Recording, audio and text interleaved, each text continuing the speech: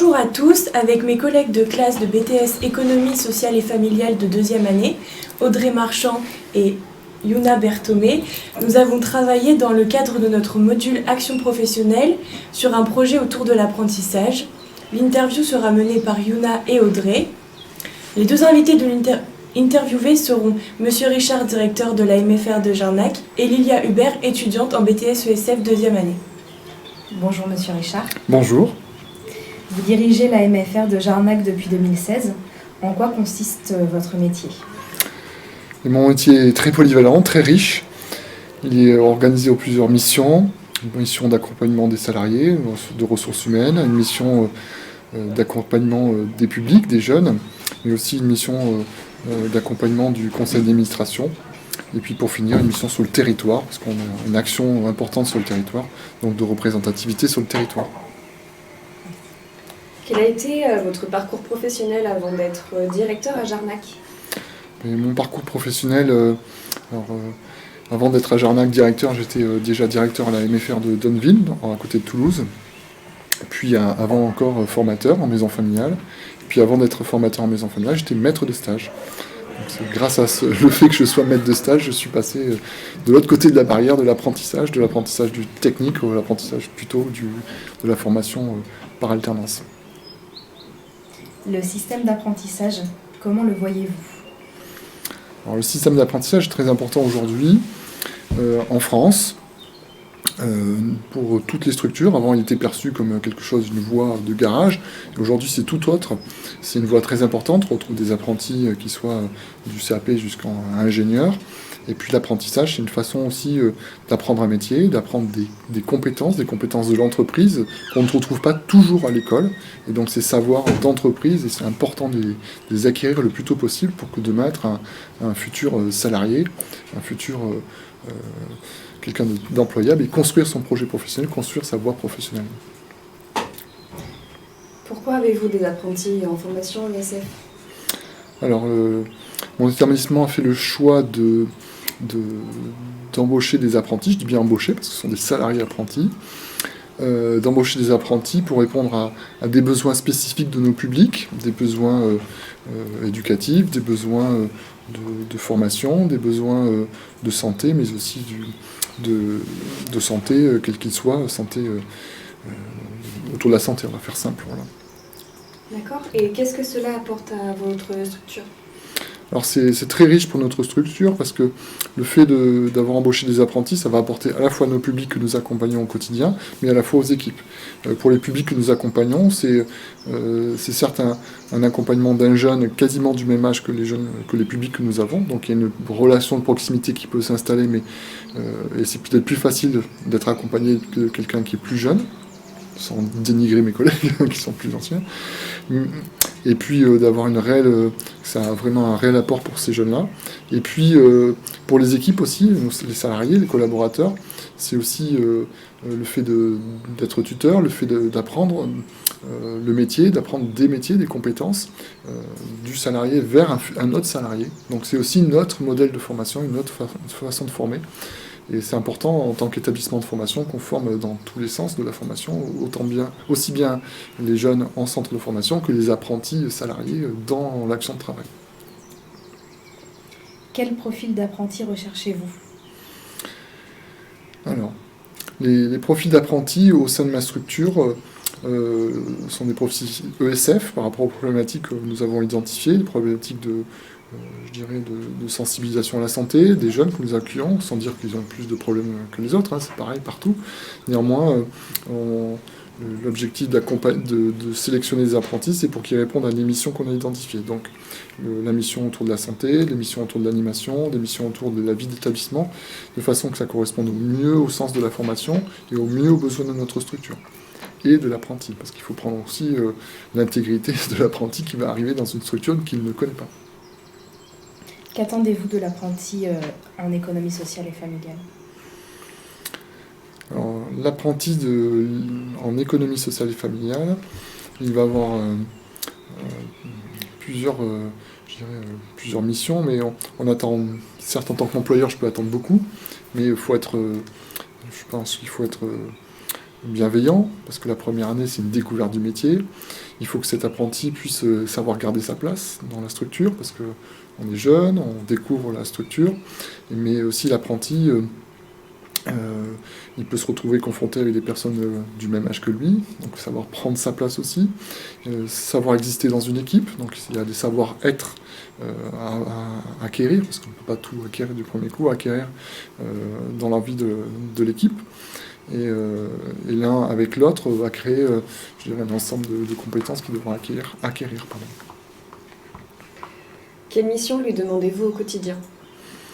Alors les missions principales vont être des missions autour de l'éducatif, donc les accompagnements éducatifs, autour de la prévention santé, donc que ce soit le tabac, la sexualité, la prévention des diverses addictions, mais aussi sur les protections féminines par exemple, mettre en place des projets autour de cela, mais aussi des missions pédagogiques, parce que c'est aussi il doit être en capacité de répondre à un besoin de jeunes ou de familles qui ont des jeunes avec des difficultés scolaires, et donc pouvoir aider peut-être en maths, en français, dans des matières très simples, juste pour faire valider à des jeunes des savoirs de base, et de façon que le jeune soit aussi en capacité de comprendre ce qui va être dit de l'apprenti. Quelle posture attendez-vous d'un étudiant en apprentissage ESF? Alors la posture, c'est savoir garder sa place d'apprenti, sa place de jeune, et puis sa place de salarié aussi, parce qu'on est un salarié, qui dit salarié dit respecter des horaires de travail, et souvent c'est la première fois qu'on devient salarié d'une entreprise, certes avec le statut de l'apprentissage.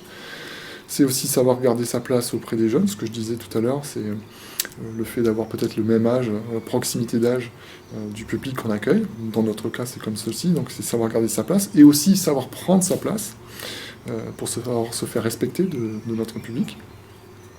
Et puis, le savoir-être en entreprise. Il y a plein de codes de l'entreprise, des codes avec les salariés, les collaborateurs qu'il faut acquérir, qui se construisent il y a des savoirs qui doivent s'apprendre sur le site, sur le fait, je dirais, pardon.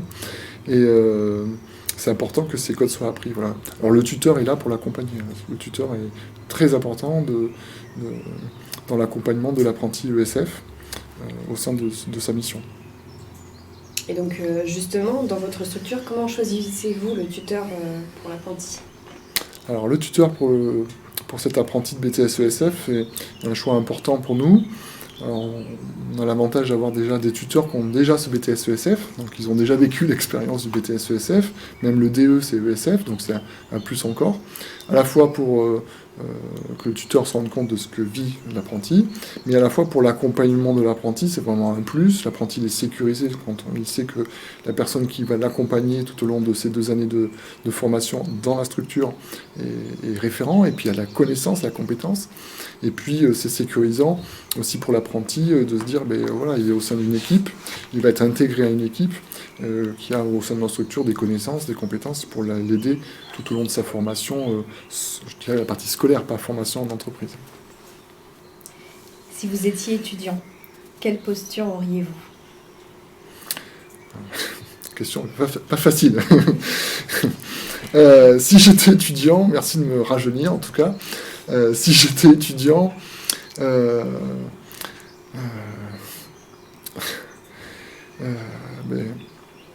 j'essaierais de garder ma place, parce que c'est pas facile, on arrive, on est jeune, on connaît pas, il y a plein de questions qui se posent, est-ce qu'on peut faire ci, est-ce qu'on peut faire ça, où on peut aller, donc j'essaierais de garder ma place, de communiquer avec l'ensemble des collègues de travail, même si chacun est dans sa mission, même si chacun a ses obligations, et puis d'être à l'écoute de tous les conseils qui peuvent m'être transmis.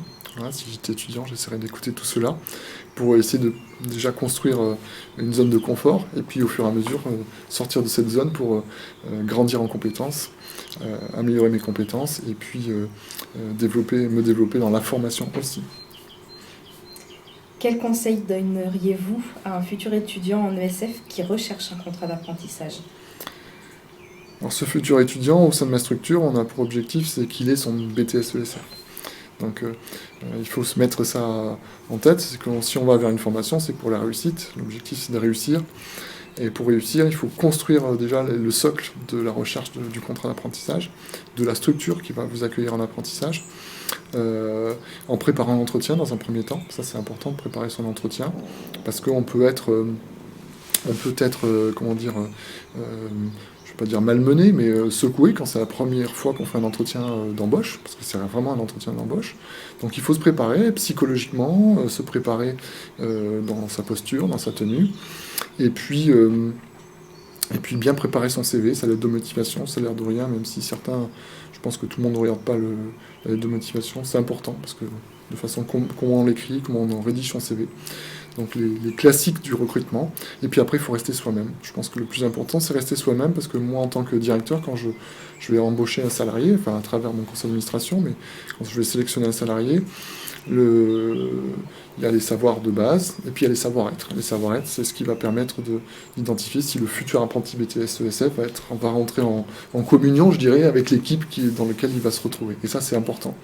Donc il faut vraiment rester soi-même, pas se mettre la pression, parce qu'on peut avoir la pression d'un premier entretien, c'est inquiétant. Et puis pas se limiter à un seul entretien. Il faut avoir beaucoup d'entretiens pour devenir presque un...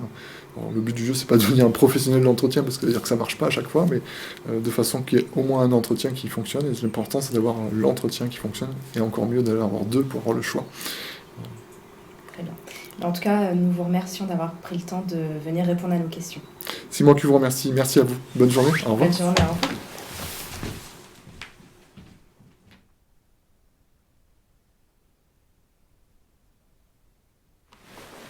Bonjour Lilia.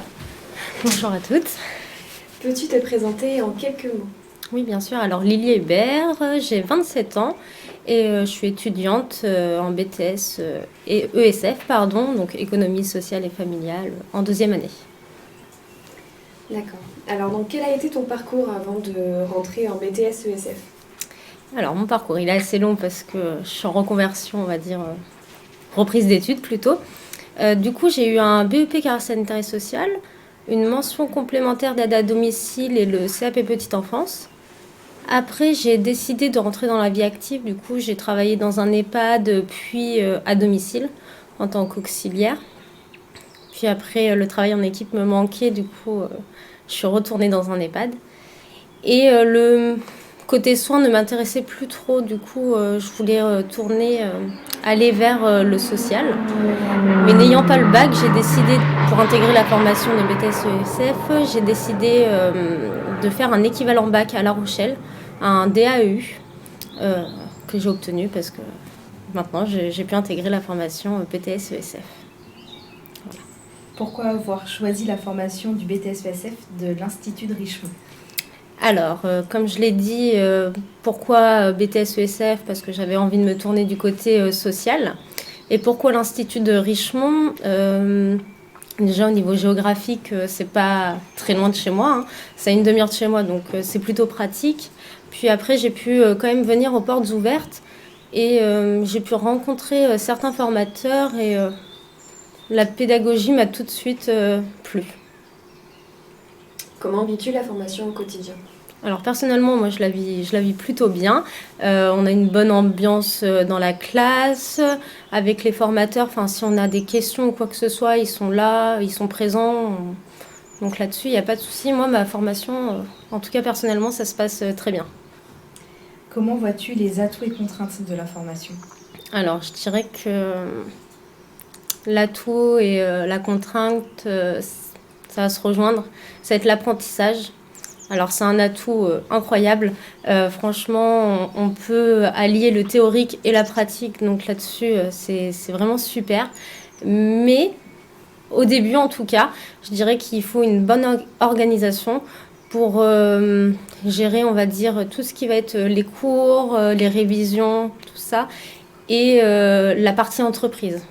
Donc ne pas relâcher ses efforts, même si on est en entreprise, continuer à travailler chez nous, les cours, etc. Voilà.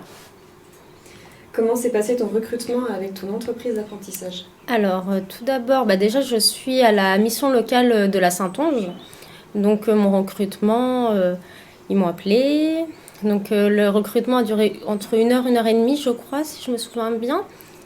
Ils m'ont posé tout d'abord des questions sur mon profil. Après, plutôt des questions sur pourquoi la formation de BTS ESF. Puis ce que j'attendais de cette entreprise et eux, ce qu'ils attendaient de moi aussi. Ça a été plutôt ça, on va dire.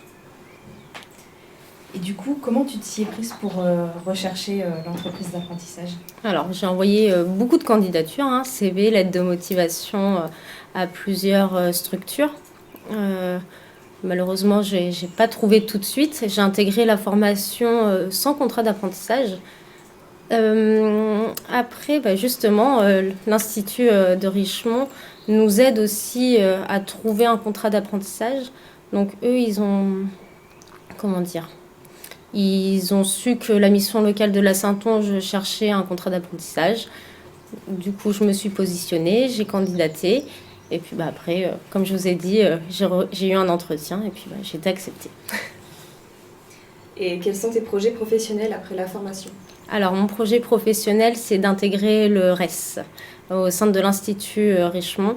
Donc, le RES, c'est responsable d'établissement de l'économie sociale et solidaire. Quel conseil donnerais-tu à un futur étudiant qui arrive justement à l'Institut de Richemont? Alors, je dirais d'être organisé, s'investir assez rapidement dans la formation, parce que les 2 ans, ça passe très rapidement. C'est incroyable. Sinon, je dirais aussi, si vous cherchez un contrat d'apprentissage, ce qui est important, c'est d'être mobile. Ne pas se cantonner à côté de chez vous. Enfin, il faut vraiment bouger. Si vous voulez un contrat d'apprentissage et même des stages. Donc voilà. Mais vraiment, je reviens sur ma première idée, être organisé, je pense pour moi c'est le plus important. C'est ce qui m'a vraiment aidée pour ces 2 ans. Voilà. Très bien. Merci Lilia d'avoir répondu à nos questions. Merci à vous. Il n'y a plus de questions, donc cette interview touche à sa fin. En espérant que les questions que vous vous posiez, on y ait trouvé réponse. Vous pourrez du coup retrouver la vidéo sur la chaîne YouTube de l'école, donc l'Institut de Richemont. Merci de votre écoute.